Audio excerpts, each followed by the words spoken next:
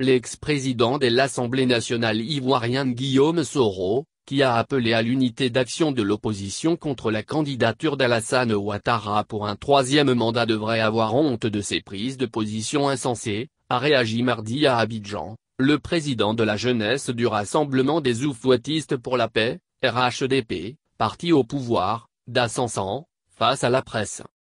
Soro Guillaume qui appelle à la violence depuis l'annonce de la candidature du président Alassane Ouattara à l'élection présidentielle du 31 octobre, devrait avoir honte de ses prises de position pratiquement insensées, a réagi d'Ascension.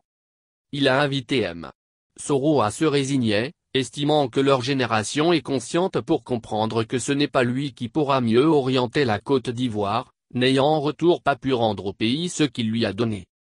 Le président de la jeunesse du RHDP a appelé les jeunes épris de paix, à une procession jeudi matin à Yopougon, plus grande commune d'Abidjan, et sur tout le territoire pour défendre la candidature d'Alassane Ouattara, tout comme des leaders de différentes plateformes de jeunes de l'opposition l'ont fait plus tôt dans la journée, pour manifester leur mécontentement.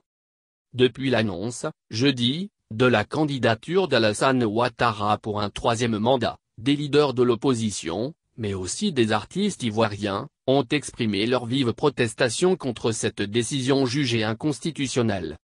Une manifestation, conduite par le mouvement de Guillaume Soro, Génération et Peuple Solidaire, GPS, a eu lieu dimanche à la place Trocadéro de Paris et de brèves manifestations ont été signalées dans plusieurs localités en Côte d'Ivoire.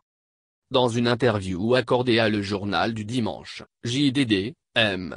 Soro a fait savoir qu'il s'oppose sans concession au troisième mandat de M. Ouattara, estimant que ce dernier a franchi la ligne rouge après s'être attaqué à la Constitution. Nous avons des relais et j'ai appelé à l'unité d'action de toute l'opposition. Les manifestations ont commencé à Abidjan, et nous ne sommes pas en 1960.